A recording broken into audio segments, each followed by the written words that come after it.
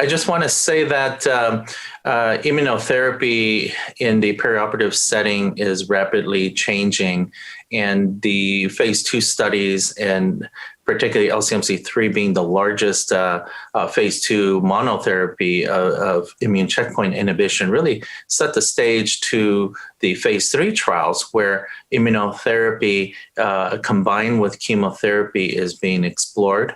And in these phase 3 trials, we are really trying to see and confirm if we can improve the pathologic regression compared to checkpoint inhibition alone. But along with that, the toxicity profile is being tested. From a surgical perspective, it's important that not only do we have favorable oncologic outcomes, preferably overall survival benefit, but we also have to put into context what is the toxicity of adding chemotherapy to the immunotherapy, where 35% of our patient population is older than 75 years of age.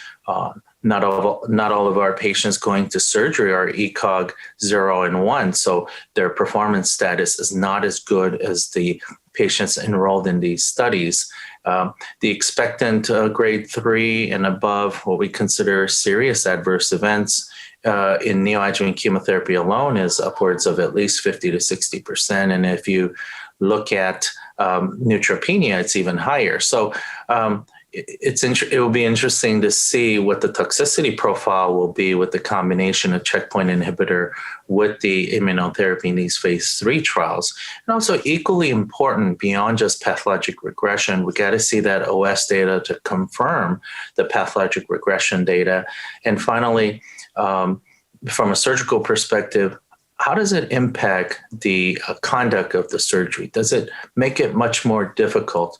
Are we going to see an increase of complications, or will it impact the degree of minimally invasive surgeries?